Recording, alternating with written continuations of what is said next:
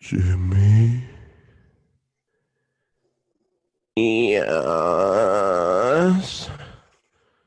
Jimmy, would you like God. to come downstairs and drink orange juice and eat an orange and eat a sweet potato and eat carrots with a side of Cheetos and some orange soda? Yes. I'll be down there in a second, Mom. Okay, Jimmy, I'll see you down there.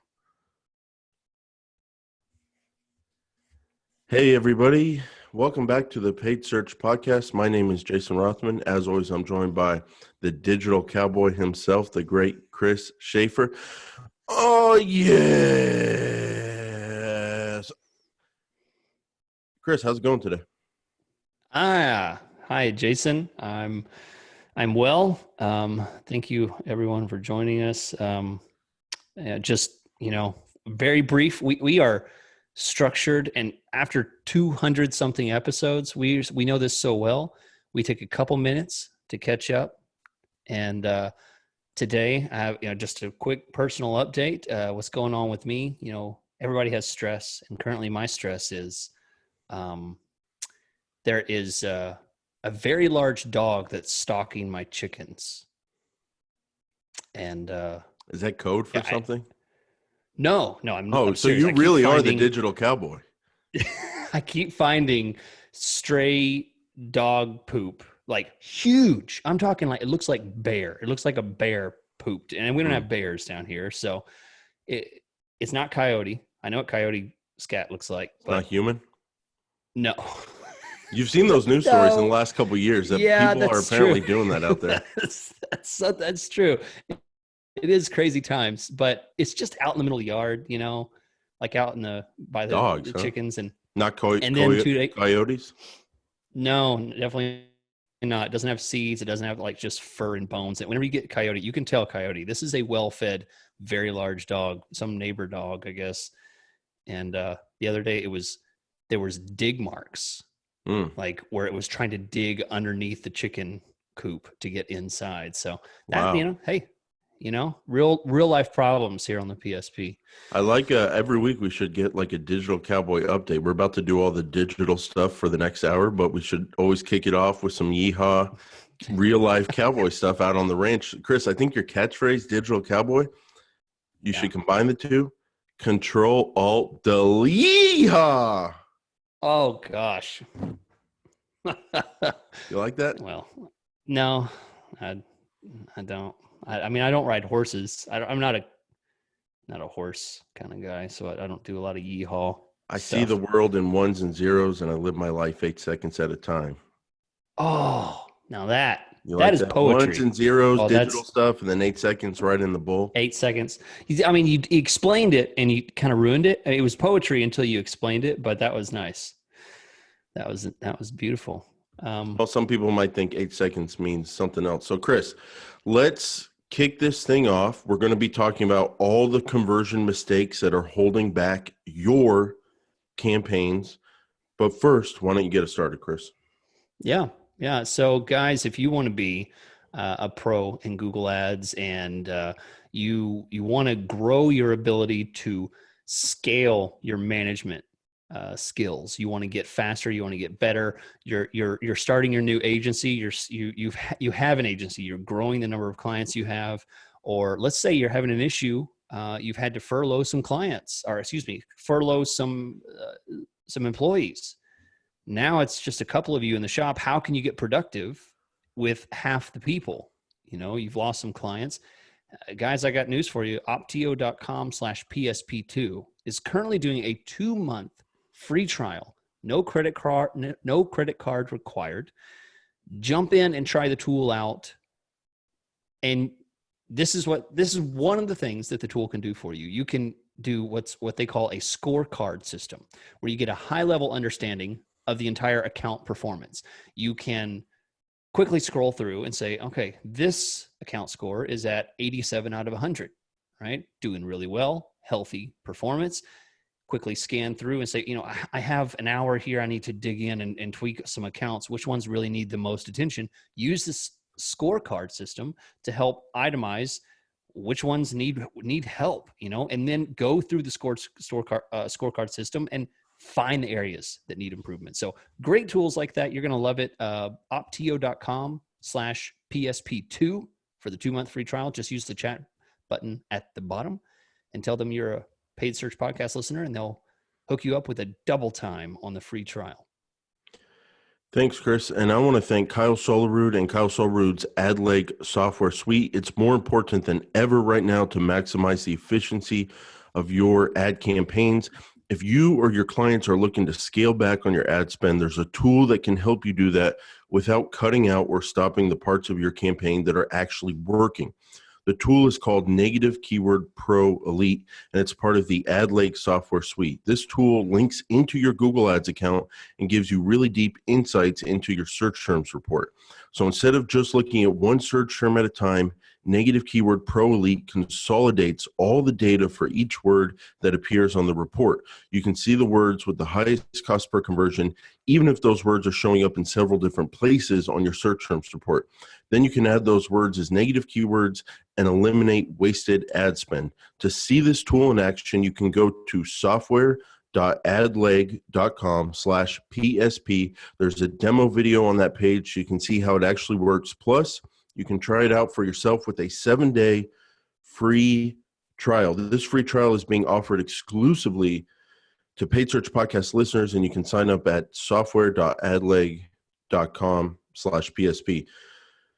Chris, a lot of people find out about this show. A lot of people find out about this show because people give us reviews. Those reviews on Apple Podcasts help. They move our show up in the rankings. I was showing you with your own baby blues before the show. You saw how high we're ranking, top 50 marketing podcast in the United States, and we're going to keep climbing the charts. And as I always say, why shouldn't the number one marketing podcast in the world be exclusively about Google Ads? Why not? The best marketing platform out there. I mean, there's nothing like it with volume and precision. You get lots of precision with other things, but you don't get the volume with Google Ads, or you don't get the volume that Google Ads provides. So absolutely, I'm with you. I think we should be the faces. They have 2 O's in Google, your face and my face on each of the O's. Change that little, Google doodle that they always do. Me and you. I like Google. it. 5 stars, Voices of Sanity. This is this week's 5-star review. It's from Shirley in Great Britain. Even through these dark times, Chris and Jason managed to retain their wit, hilarity, but above all, their empathy with listeners trying to get their businesses through this crisis. God bless you and thanks for all you do. P.S. My dream would be for you guys to perform a short, crazy jig to the signature tune. Do it, says Shirley. Well, Shirley, thank you for that review. I'm down to bump and grind with Chris anytime on video if he wants to. But it's kind of the ball's in his court, as they say. So, right. Okay. You going to think about that one, Chris? Yeah. I mean, 200 episodes in, I remember I think it was around episode 90 something that I laid down the gauntlet, and I was like, before we pass 100, I think we should meet in person. And now I've just I think that's just, it's not going to happen. I don't know if you guys just listen on audio, you wouldn't know that we're not in the same room, although our audio quality is wonderful. We're not together. Hundreds of miles apart. We've never met. So I think maybe we were ahead of our time there, Chris. This podcast, Chris, we have different stages. It's been years now. And early on, it was very, to the point and all that kind of stuff and precision down to how long each segment was. And now we're kind of like the Bulls in the 90s, if you will. We're just, each person knows their role. Sports analogies, those never work for me. I don't know what you're talking about, but okay. So you don't know what I mean by the 90s Bulls. Was that Michael Jordan? Is that like that was the really good Michael Jordan team? Was he on the Bulls? Usually when someone does this to me, they're an extremely attractive person I'm dating. Yeah. But right. I don't get this from a lot of guys when I'm like, the 90s Bulls. Really? Who? Michael Jordan? What? I don't understand. I don't think you understand the depth of my the lack. I could not care less is a very apt Right. phrase. I'm like that. Super Bowl, NFL, I'm not into that. But this is the 90s Bulls. This is more about patriotism and America than it is about basketball. No, sorry. No, I don't. So as I was saying, each co-host has things that annoy them about the other co-host, but they're so good at this point. The momentum is so strong, like the 90s Bulls. It just has to keep going. Each person knows their role. That's the stage we're in right now. But there was like this middle stage, and I'm thinking of this because you said episode 90 or something, so I don't know if it was episode 90, but somewhere in the middle, things just got wild on this podcast. Like we changed the format every week. Like we were trying stuff out. And sometimes I look back like on YouTube and stuff. I'm like, man, I don't even remember that, but we do crank them out and it go. But I think we're in a very good gelled spot right now. But man, that middle time was a little wild. So yeah, Chris, we were. I like to pull back the curtain here. And we were going to talk exclusively about attributions. I had previewed that with some listeners, but you know what? That discussion only goes so far, and it's going to be part of today's episode. But more generally, what we wanted to do is to talk about all the conversion mistakes that are holding back advertisers' campaigns. And I guess before we get into each particular one, Chris, I just want to send a big thank you out there to everybody who sucks, because you all sucking at Google Ads, whether you're in-house people, whether you're agencies, whether you're freelancers, whether you're business owners advertising, the fact that you all suck is why I'm here today. Like Chris, we've gotten into it before. I don't mention it often, but my life, I have a great life, you know? Yeah. It would not be this way if other people weren't bad at Google Ads. And I kind of look at, so first of all, let me say thank you, a genuine, humble thank you to everyone in the world who sucks at advertising. Chris, I look at conversions like the library, okay? You drive by a library most days, let's just say this, it's not at peak capacity. Like there's more people that could be going to the library, but they're not taking advantage of it. Right. And I think that's the thing with it's free tracking.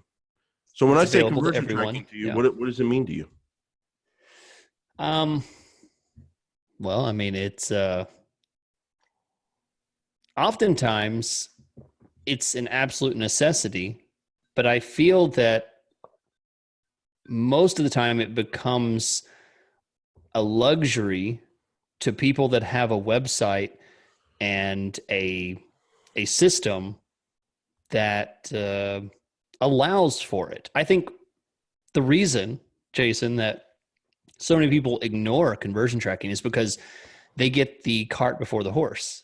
They build a website and their ideas of what they want people to do might include, here's an example, they click this button and they purchase on this other third-party software, right? It goes and they put all the credit card information in. A scheduling system, booking software, so whatever it is, a third-party software, right? Or it goes through some kind of CRM that's apart from their domain. And then once they leave, they never come back to that domain. So we have no way of tracking. Okay, so the conversions don't work, and they're a luxury for people that have thought of in-domain, in-website conversion tracking, because they considered it up front. And the people that don't, there's really no hope if you're outsourcing all of your purchasing to third party stuff, and that third party has no API system, no ability to reroute the pages or send any kind of code, third party code that they can attach in their forms. If it's not there, then I mean, you're out of luck. And I think that's where a lot of people fall through. Not tracking conversions. You experience the B2B, the high-end advertiser, all that kind of stuff. I see the dogs out there, the junkyard dogs, the junk removal, the moving companies, and they're not dealing with these third-party softwares that can't connect. They're just not putting code on their site. Dealing with it right now. Have a guy who would be a great client, and he's talking like we're going to start maybe, and I have a negative feeling about it, to be honest, because I've sent him some amazing tracking code, We could get it on the site. We could track all conversions. I could do amazing things for his life and his business. Mm-hmm. And apparently just getting the code on the site is going to be too difficult to bother with. Yeah. And so I guess that's my first point, Chris, is people don't want to bother with it, but this can really change everything. And if you're out there and you never have experienced full conversion tracking, every single phone call, every single lead form, every single point of contact, someone contact you through your website, and then you get that data fed back into the Google Ads account as conversions, and then that helps you make decisions on what keywords to target and what bids to set and all that. If you've never experienced that, you don't know the difference of what it's like to fly blind or partially blind. So, Chris, first mistake, and it's a huge one, and people make it, I would say, the majority of the time. They don't have all conversion tracking in place. I would say the majority of advertisers don't have all conversion tracking in place. Everything, yeah. When you're talking about 100% or even 95%, maybe there's like, some newsletter signups and things like that you're not tracking. Maybe some contact form that's kind of buried on some other, secondary. I could be a jerk right now and say, no, when I say all conversions, I mean all conversions. I mean the click on your email address. I mean the newsletter sign up. I mean the click to your social media. So you know what? I'm going to be realistic here. I'm not going to say 100%. When I say all, I mean the hard conversions, lead forms and phone calls. I'll be reasonable here, but I'd still say the majority of people don't track all that. Yeah. You're definitely right. I will absolutely ignore if they have an email address or, some little newsletter sign up or anything like that on their page. I mean, I ignore those. And I'm saying that's fine. That's okay. But I would say the majority of people still don't track all calls and all lead forms, the big conversions. Yeah.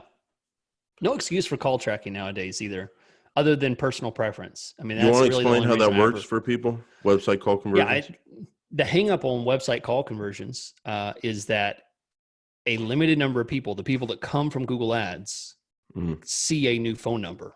And often people are very focused on, they see my phone number. They can see my phone number and that's the number they know. And if I call them back, it'll be a new number, things like that. First of all, I'll tell you, your phone number doesn't mean anything to anyone. They're not going to remember what it was. And if they call back on a different number, you just leave a voicemail. I mean, the issues there, I think, are very minimal compared to the benefit. And we're going to go through, Jason's going to go through and talk about the benefit of, of what all this means and the value of it. But the benefit of getting that phone call tracking is extraordinarily higher than the loss of just a small amount of paid traffic having issues with, not having the right phone number. And if they want to call you, they'll figure it out. They'll come back organically and they'll see the organic number and they'll call that. But at least we track that first initial call through the proper and what you're talking about there is the website call conversions. You put code from the Google Ads account onto your website. When someone comes specifically from a Google Ads click, the phone number on your website will change into a forwarding number and we'll be able to track the call. And this is a big shocker to a lot of people, Chris. Even if someone looks at a desktop website, clicks on an ad, goes to the websites, looking at the phone number, pulls their phone out of their pocket or wherever it was on their body, and dials the phone number they see on the website, that number they dial will be a forwarding number. And it's the same font, the same size, same style and all that. It just flips into different digits.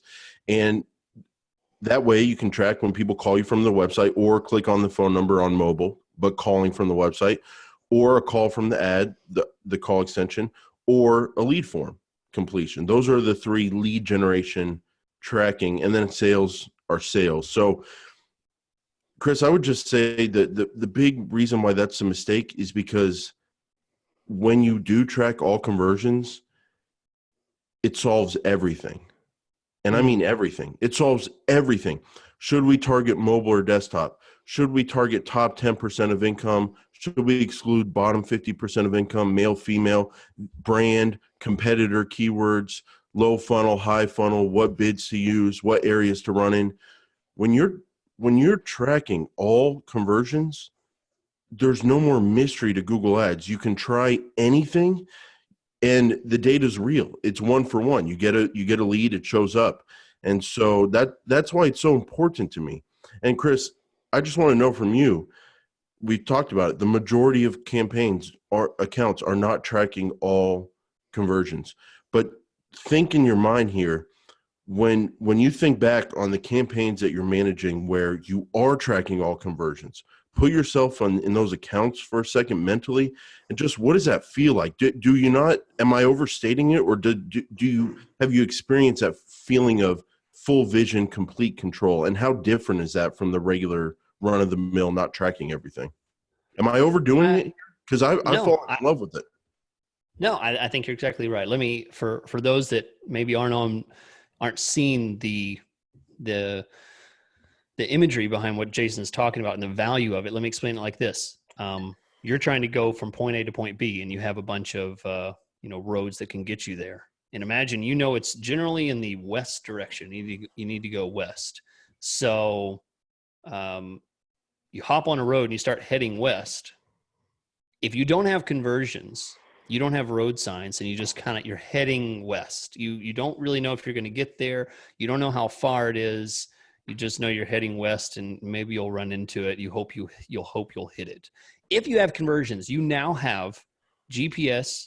You now have road signs. You have how much longer till your next turn. I mean, you have exact factual information to tell you when you made this turn, it was the wrong way. You turned too soon. You turned the wrong way. You have actual definitive metrics. And instead of a bunch of, I feel, or a whole bunch of, it seems like, or when I talk to people, this is what they say. No, you have actual data to guide you. So no, I don't think you're overstating it at all. I think it's incredibly valuable. And unfortunately, people don't take that seriously. They don't take the time to set it all up. Yeah. And there's so many nuances that come from it. Like let me just wrap it up this way. Have you ever, and are you often shocked looking at a keyword that you would think is performing great if you didn't have all conversion data, but you do have all conversion data, and it just has a horrible conversion rate that you then have to adjust bid sound for? Does that happen to you? Yeah. And vice versa, where something performs better than you would think? Yeah. So easiest example is carpet cleaner, right? Something like that. You think, I want to show up whenever someone searches for carpet cleaner, and you throw a campaign together. You have a bunch of keywords, and guess what the number one search is carpet cleaner. Carpet cleaner, 2-word, exact match. It's spending 1/3, a half of your total budget, right? I mean, it's spending a lot, and it's always at the top of your search terms. It's always that exact keyword is getting the most. That one has a very low search impression share, and you're getting phone calls and you're doing well, but you don't have conversions, and you don't know, does carpet cleaner work? If you turned on conversion tracking, you'd realize the vast majority of your valuable traffic, while carpet cleaner does get a high volume, your best return comes from carpet cleaner plus a geo term, carpet cleaner plus a vertical, carpet cleaner plus, some kind of feature or benefit that they're searching for. That's what really drives the value. You spend money with carpet cleaner, but you make money with carpet cleaner plus something. And you'll never know that. You'll guess what that is forever, and you'll never know unless you have conversion tracking. So Chris, if we had to take 200 plus episodes and sum it down into just a few sentences, the most important things about Google Ads to improve your performance and make more money for your business or for your clients. Number one, I would say from me personally would be search terms, explaining the search term thing to people, search terms versus keywords. And then number two would be track all conversions. Those are my two pieces of advice. Know what search terms are, focus on them, and then track all conversions. So when we say not tracking all conversions is the biggest problem holding you back, that's as simple as it is. Track all conversions. Number two piece of advice ever behind search terms. Now, Chris, that said, let me just make people mad here. If you're tracking all conversions, there's a million ways to screw it up. And if you're tracking all conversions, it doesn't mean anything, because you can totally be screwing it up and not be looking at the data right. And we're going to go through the most common ways, and maybe a million ways, just maybe I overstated it there. Maybe there's like a handful. So I'll readjust that to a handful. So Chris, a handful of ways you can mess up understanding your conversion data. Let's kick it off here, and I want you to explain this one, because every time I hear you talk about this, I hear the emphasis in your voice, because I don't know if you've had bad experiences with it where people go, why did my conversions go down? That happens to me. And I'm like, well, because all your conversions came from this, or because this is something you see over and over in your training. But it's kind of a beginner issue, but we see it all the time. Not knowing what search terms are producing your conversions. Why don't you explain that, and then explain the most egregious example of that? Yeah. So very brief vocabulary, as always. I like to start at the beginning for the noobs coming into the podcast. Keyword is what we type as advertisers, and a search term is what the searcher, the person on Google, types. Okay. Advertisers choose broad match keywords, phrase match, exact match. Then you look at the search terms, and that's literally what they typed into Google right before they spent your money, right before they clicked on your ad. Okay. So not knowing what search terms are performing well is important, because the search term is the intent. Okay. The search term tells you these are converting for this reason. Very quick example is, you find that some of the best searches for you is actually carpet cleaners for, and then some other term. Carpet cleaner for dog poop, carpet cleaner for cat pee, carpet cleaner for kid stains, stuff like that. Carpet cleaner for blood stains, all kinds of stuff. That turns out to be super valuable to you. And you would never know that unless you looked at the search term, because carpet cleaner phrase match would match for all of those. Okay, the most egregious, as Jason, I know exactly what you're hinting at. The most egregious is when you don't check your search terms and you think you're doing a great job. And in fact, if I look at your search terms and I go through and I filter out your brand term, when I filter out your brand term at the search term level, and I tell you what your actual cost per conversion is, your actual ROAS is, your actual return on ad spend. When you say that. I know, it sounds so smart. I mean, it hurts to have someone think, Chris, we're doing really well. We just want to get a consult from you. Want to, get some coaching. Say, okay, let's go through it. I dig down into the search term and say, listen, guys, you thought you were making like a 3.5 ROAS. You're actually, you actually have like a 1.2. You're barely making money. You're barely covering costs. Yeah. Just Google Ads. You're spending all your money on brand, and that's what's bringing in conversions. That's the most egregious, and that is why tracking conversions at the search term level is important, because you'll never know. You could run a pure broad keyword, and it could be your brand that you're showing up on. It could look like it's phenomenally well. It look like it's doing really well, and you have no idea unless you check those search terms and also have the conversion column on there, and that's it. It's really important.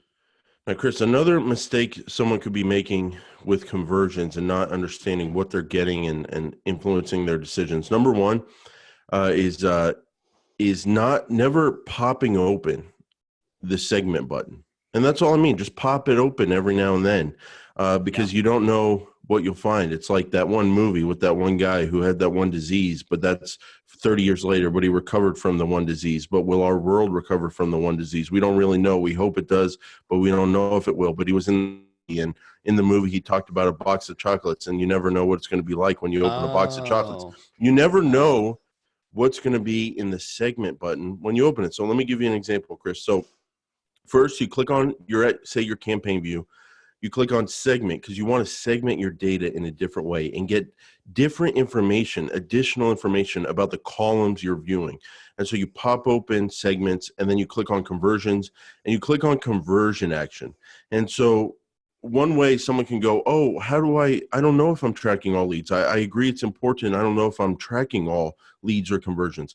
Well, if you pop open segment conversions, conversion action, that's going to tell you which conversions you're actually getting. So if you have 73 conversions in your conversion column for a campaign, when you pop open the conversion action in a segment, it's going to tell you the names of those different conversions and the amount of them, and they add up to 73.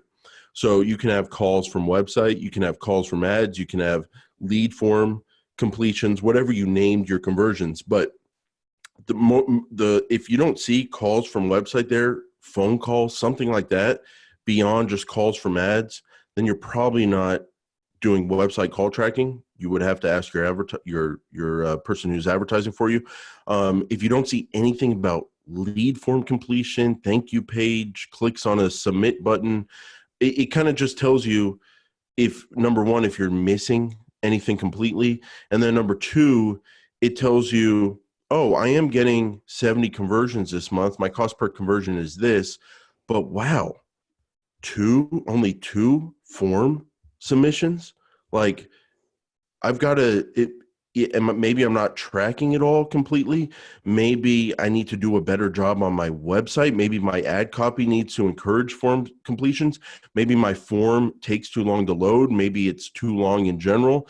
And seeing just like the raw data with conversions you're getting and possibly a lack of them can help guide your decisions when you're looking at how you get those conversions. Number two, Chris, a cool thing in the segment button, and this is what I mean, just pop it open every now and then. I had never seen this before. And I want the honest truth from you. And anytime I say honest, you always pretty much end up on the side of looking smarter than me and saying, oh, yeah, I knew about that. So if you want to keep doing the thing you always do and just say you knew about it beforehand, go ahead and set. But I'm going to do more action here. Be honest, Chris. Segment button conversions, days to conversion. Had you ever seen that before? No, I think I may have seen it, but if you would have asked me, Chris, can you tell me the number of my number for days to conversion? I wouldn't have known where to go. So no. And Chris, you just bought yourself another 100 episodes with me. That's all I want is a little bit of humility, a little bit of honesty once every year, just once a year like Christmas, and I'll be a happy little kid, Chris. That warms my heart. Because honestly, and I'm not saying you're lying. I'm saying it's just you're the greatest. That's why the digital cowboy. That's why I call you the great Chris Schaefer. Because every time I pull up a nook and cranny of Google Ads and ask, hey, Chris, this looks new to me. And you're like, oh, that's been in there for 7.5 years. And I use that every week. And I'm like, man, but I finally got you. So this is new. This is relatively new because you hadn't seen this as well. Tell people what I don't know if this it's is. new or not. I don't know if it's new or not, but I mean, I'm not aware of it. I don't use it. I don't even really know necessarily what it even tells. All right. Well, I'll tell you what it is. You tell me. You got to do this with the segment button. You got to pop it open every now and then. Just pop it open because they're always throwing stuff in there. It seems like that's where they test stuff, like new ideas. It seems like they just throw stuff in the segment area and then build on top of it. So segment conversions, days to conversion. That will tell you, like if someone clicked on it, as I understand it, and let me see if there's any information about it or just I'm taking this as I understand it. Yeah. Okay, this is interesting. Days from ad impression to conversion, the conversion lag. So is that saying the first time they saw your ad in an impression, how long it took to actually get the conversion data? So that's interesting. So it breaks it down. That's remarketing. By the way, that's not search. That's remarketing, right? That you're looking at? No, that's search. But it's both. Really? It's both. Yeah, I see it on search campaigns too. Oh, okay. No, I have not played with that. I'm not even sure that I have that on all my accounts. So I think it may be a limited release on that. Yeah, days from ad impression to conversion lag. And that's what I love about this show is we're always finding new stuff. So what it means, Chris, is I'm going to break this open here. How many days did it take from someone to see your ad to then become a conversion? And so most of mine, I'm looking at a regular search campaign right now. Most of them are less than 1 day.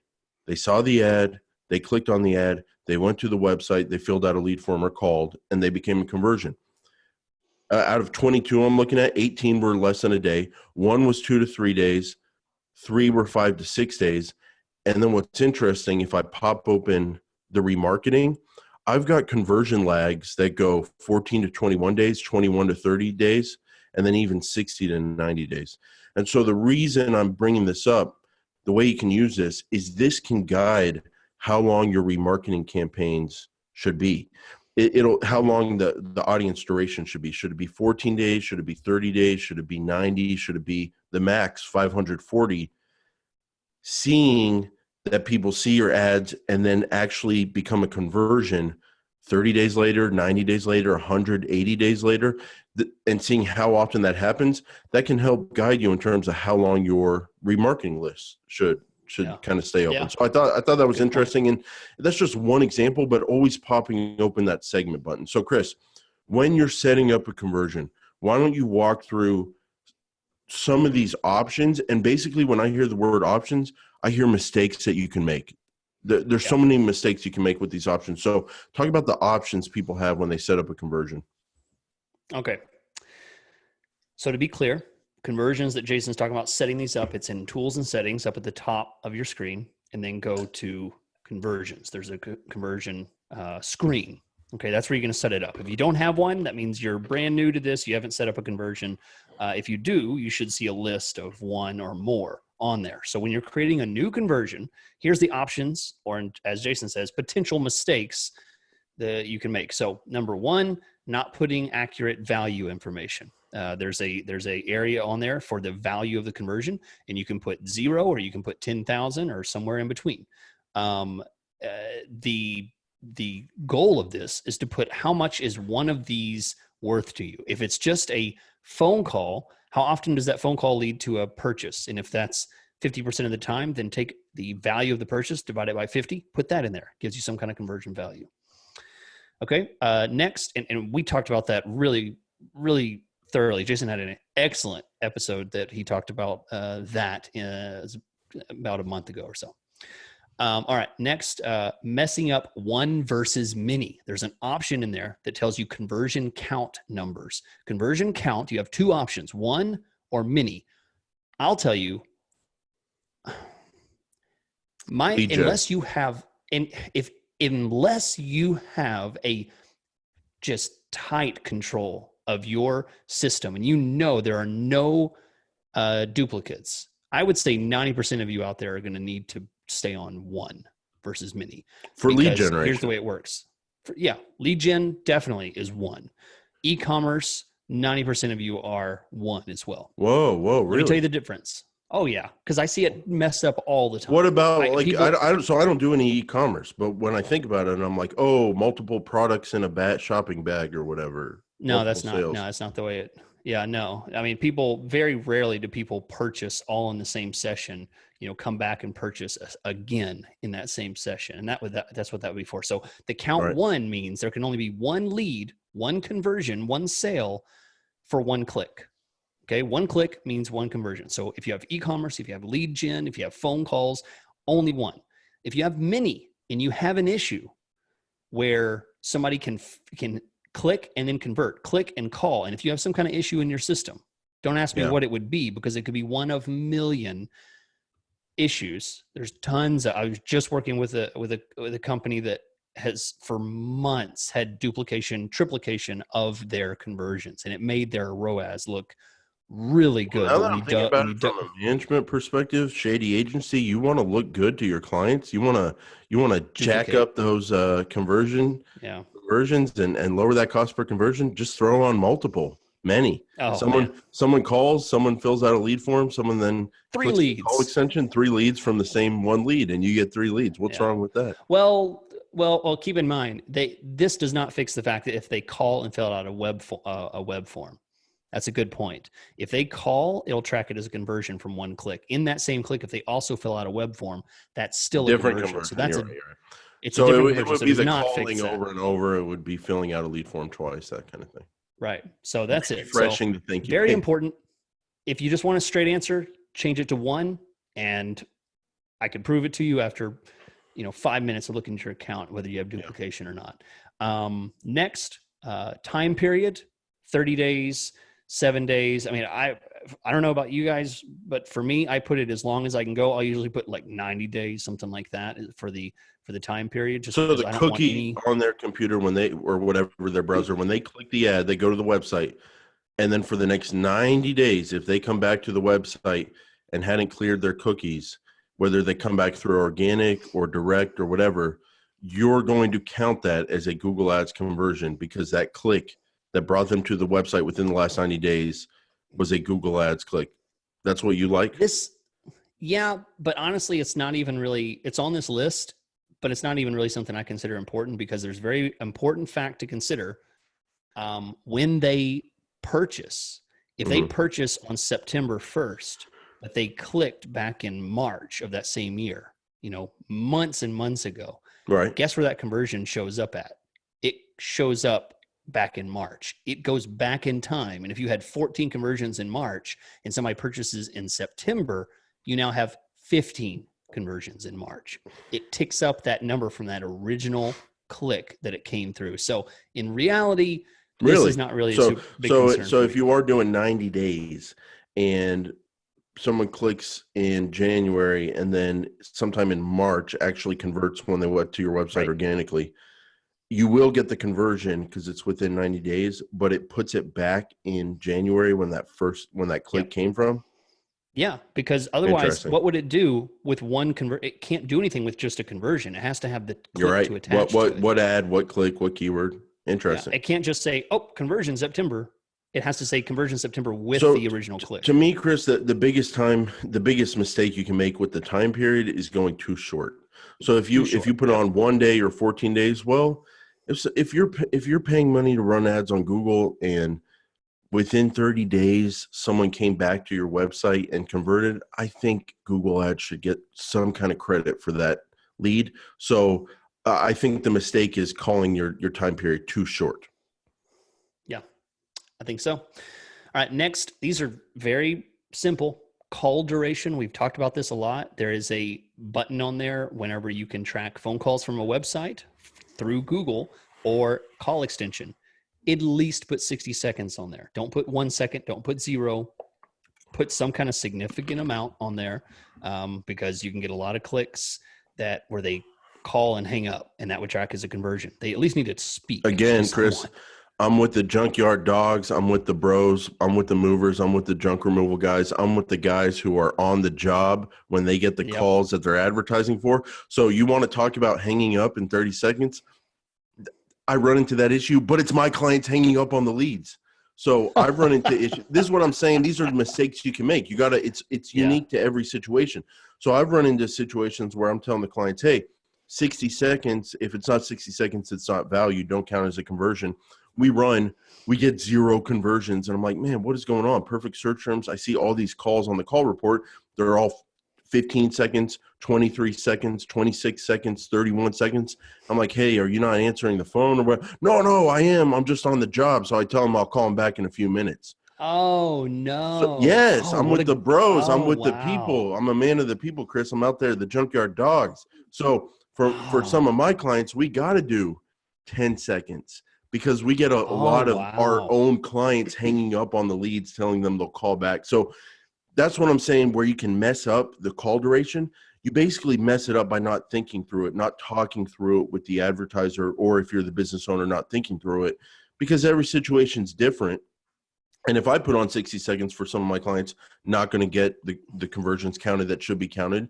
And then if you're dealing with B2B and you would never have a client who talks to someone for less than 2 minutes on a call, if it's quality, and you put on 30 seconds, then you're getting a bunch of crap conversions. So you can I've seen clients do 10 minutes. I've seen clients do 5 minutes. There's nothing wrong with the long call duration. It's just make sure it's accurate to your situation.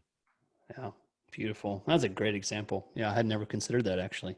You got it, Chris. You got to work with some of these guys. It's fun, man. It's fun. It's, hey, what's up, man? Oh yeah. I just thought I wanted to spend more. You change your budget from 20 to 200 a day for 3 days in a row, and Google double spends it. And we spend all the budget in 3 days. No, it's cool. It's working great. I love it, man. Okay. Got to work with the junkyard dogs, Chris. So naming conversions right. Let me ask you if you run into this. If you hit segment and you look at all conversion actions, to me, Chris, a well-run campaign, it needs accurate names. I don't want to see calls I don't want to see calls. I want to see calls from website, or I want to see calls from ads. I don't want to see calls from website, Chris. You have multiple numbers on the website. I want to see calls from website, this phone number. I don't want to see calls from website, this phone number, Chris. I want to see calls from website, this phone number, greater than 30 seconds, whatever your call duration is. Oh, my goodness. That's Wow. the kind of granular information I want to see. Name your Beautiful. conversions, because that helps me make decisions there.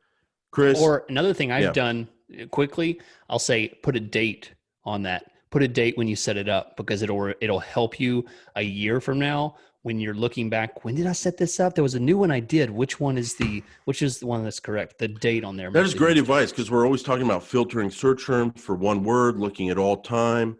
Well, what Yep. if the conversions weren't accurate past that certain Past a point? certain I've never date. thought about The that. new, So the last yeah. time you edited the conversion, you put the date in there, in the name. Put the date. Yep. I like that. So Chris, another setting thing, including conversions or don't include in conversions. If you don't include it in your conversions, then it will still show up. This is kind of confusing, not in the Yeah. conversion column, but in the all conversion column. And your automated strategies won't optimize off of it if it's not in the if it's not included in conversion. So you got to pay attention to that. And then we've talked about that. We talked about that a few weeks ago. Yeah, it's very confusing. It's very important, but it's kind of granular. And then finally, not thinking through which attribution model you'll choose. We'll talk about that to wrap up the show. But first, Chris, I want to talk about just continually monitoring things. People change their websites all the time. Not only do things mess up and code gets removed off of the site, but sites also change and new conversion opportunities come about. And so you constantly want to just be checking out the website every now and then. See if there's if they added a phone number, a different contact form, things you're not tracking, and track them. Another kind of what I call a pro tip, Chris, Google Tag Assistant Chrome add-on. It's an amazing tool. Oh, sure. Yeah, absolutely. You pull up Chrome, you have this add-on, Google Tag Assistant, you turn it on, you refresh the website you're looking at, it will tell you what Google Ads codes, conversions, analytics are on that page, and it'll tell you if they're basically firing or not, working or not, in the right place or not. If there's an issue. It's a quick way to kind of if there's an find issue with things. the code. Yeah, super important. I use that every single day. Absolutely. Really? Yeah. You use that all the time too? Oh, yeah. I use it constantly because, for example, if conversions stop working, one thing I often look at is how many, if we're using goals through analytics, we're tracking and importing goals through analytics, how many analytics tags do they have on there? Do they have multiple analytics tags? Is the same analytics tag the same one that I have access to, right? I'll go on there and they'll say, yeah, we set it up. And then I look and they don't have that analytics property on their website. They have a different analytics property on their website. So we're not even tracking their site with the proper code. So all kinds of checks. Yeah. So Chris, let's talk about today's sponsors, Optio and Adelaide. And then I think we'll wrap up with a little discussion of attribution, a word we've never said on this podcast before, but it can drastically change the kind of data you're getting with your conversions. Yeah. All right. So what we have is Optio.com for a website to be able to track and get more information from Google Ads. You can be the professional in the office. You can get your clients more. You can get, if it's your internal office that you're managing, you can get that done. You can do all kinds of things. So Optio.com/PSP2. And as I talked about before at the top of the show, scorecards, a great system that takes into account all the different things that you can do, and you can measure the success of your campaign on a big scale. And this is something you could even share with your clients, with your boss, with your manager, to say, hey, look, we're at a 92 out of 100. Great system to measure. Highly recommend Optio.com/PSP2 to get a 2-month free trial. That's opteo.com/PSP2.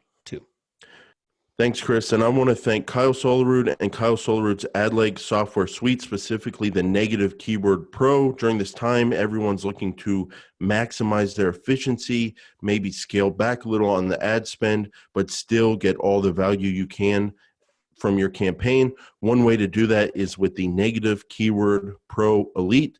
Now you can dig into your search term data to find specific words that are wasting money. Negative Keyword Pro Elite shows you the combined data for individual words in your search terms report, so you can get rid of what's not working. So you have all your search terms. There might be a word that's in multiple search terms that's not doing good things for your account, but it's hard to see because it's spread across many different search terms.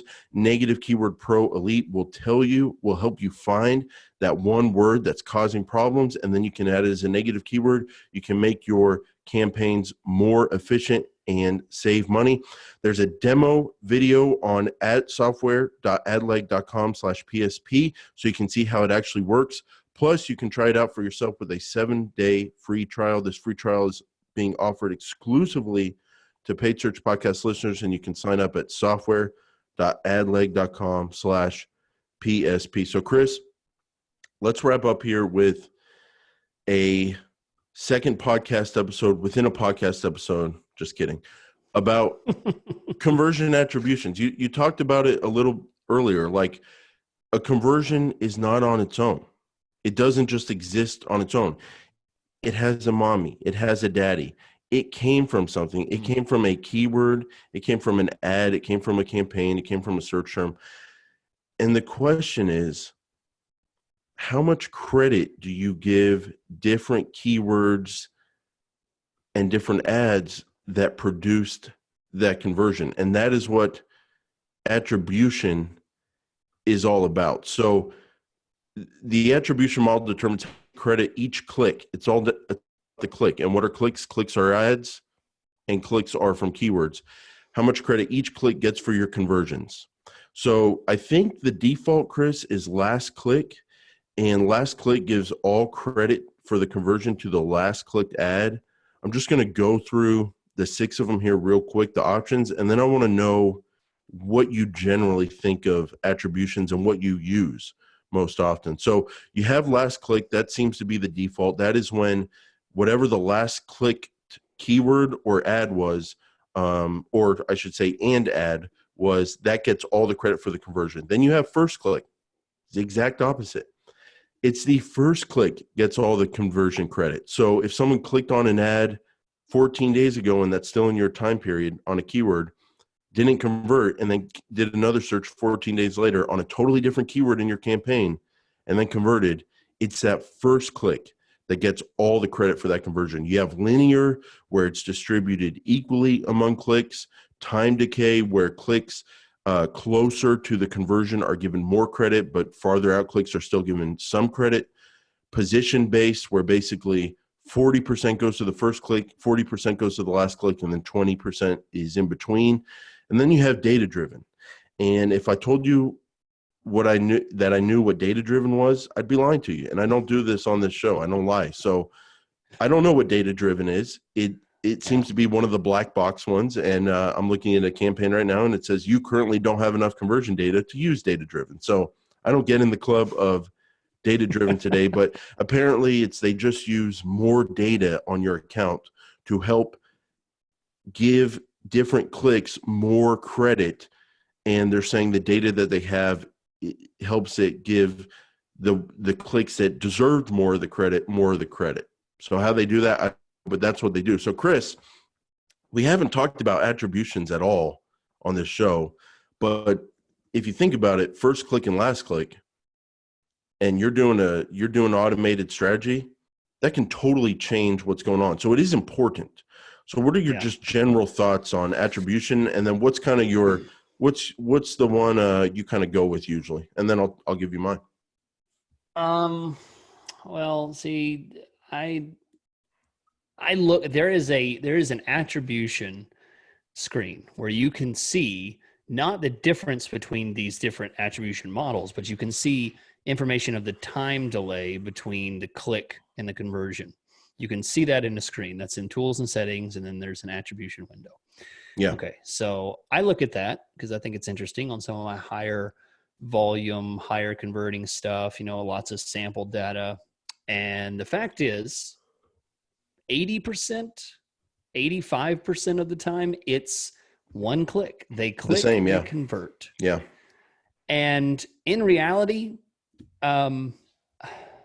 it's not important. Maybe there's a little bit of change and shift and difference, but I wouldn't agree with your comment that it could make a big difference if you use automated strategy plus last click or automated strategy plus first click, because I can look in that attribution window and I can tell that only 12%, 10% of the conversions were 2 or more clicks in order to convert. So it doesn't, I got more important things to worry about than that little 10%, and maybe people jump on me and say, well, that's why you're not an all-star. That's not why you're a rock star or a ninja in Google Ads. And I'll say, you know what? You can take your ninja and your rock star. Oh, see, I just got beeped. Sorry, I said it, but it got beeped. So yeah. No, so Chris, I don't think you're wrong. Generally, I would say this is not a problem unless it's a problem. And the few times, yeah, that's true. Well, it's just true. Like, I'm looking at some campaigns here. I'm looking at the last year of data. And it's a very cool screen. You can go to tools and settings, and then you go to measurement attribution under the conversion area, attribution. You go to model comparison. And what you can do is you can look back at a long period of time. I'm going to do 365 days here. And you can do the model you did. In this case, I'm using last click, and you can compare it with a different attribution model, even if you weren't using it. So I'm going to do last click. It's pretty cool. This is new. This is news to me. I absolutely did not know that. Huh. Well, every now and then I can sneak up one on you, and it kind of feels good. Beautiful. But so yeah, Chris, what you can do and again, I'm not the like I say, we're honest on the show. I'm concerned about conversions. I'm concerned about search terms. I'm concerned about cost per click and bidding. And that's where I put 99% of my focus, the bread and butter stuff that actually makes a huge difference. Attribution, I don't put a ton of my time there, but I look at it every now and then. And so I'm not as well versed in speaking about attribution as I am about the bread and butter stuff. But that said, that is how I understand this report. You look at whatever model you want to look at, and you compare it with a different attribution model. And so I'm looking back at the last year. I'm doing last click versus first click, and it's essentially the same for a lead generation campaign, because someone does a search, they click on an ad, and they convert. And then I'm looking at another account, and it is a little bit more nuanced. And the conversion data, like the amount of conversions, does go up or down a handful of percent. It also impacts your cost per conversion. And so it's just something that's good to know about. Lead generation, someone does a search, they need that service right then. They want to get started, they want to convert, fill out a lead form, call in. Generally, you're probably not going to see that much difference between first click, last click, or any of the different models. However, I was asking some people online, Chris, that I talked to about this kind of stuff, and they were saying for some e-commerce campaigns, for some long sales cycle campaigns, they really do like splitting out their attribution credit for a conversion across different points in the cycle. And they have a lot longer cycle than just a search, click, convert. So I guess it depends on the business. And I would say most of the time for lead generation, you're not going to see a ton of difference, but every now and then you might actually see a ton. And then you got to make a decision how much credit you want to give to the earlier clicks. I'll give you a couple examples, Chris. Someone does a low funnel keyword search, super low funnel, high value, movers near me. They open up all the ads they see on that page, all the organic listings. They make a list of moving companies that were on the first page in Google that they're going to call when they have time to get quotes. They write down the names of those companies. They close the windows. They come back the next day when they have time. They search for that company's brand name specifically because it's on their list now. If you're doing last click, the brand gets all the credit. But what actually got you on their list to get them to search your brand when they called in? It was actually a low funnel, expensive keyword. And that's an example of where you're missing that value if you're only doing last click. I would say my default has been last click. I'm getting more open to experimenting with time decay be honest with you, Chris, it's been very hard for a digital cowboy like me to focus on search terms and clicks and conversions and getting that perfect traffic, and then having the kind of mindset to open up and look at a longer cycle. I'm very focused on what keyword, what click brought in that conversion, and it's been hard for me to buck off that bull. But I'm open to looking at it. It's something I've been experimenting with, but I have been a last click guy for my years in the game. Okay. Well, I learned something. Thank you, Jason. That was really interesting. I'm going to go check out that little feature, but that's it. Guys, you know what to do. Sit around, wait. We'll be back on Thursday. And if you can't wait, if you want a little extra, we have a Patreon where we release a little bit more, just a little touch more for $2. $2, $4 if you want the video as well. Check it out, paidsearchpodcast.com. You can become a patron and a little more candid. I sit down, take my boots off, take my hat off, and we chat, and we get, as Jason says, we get naked on the internet. So $2 to see us naked. Thanks for listening. We'll catch you next week.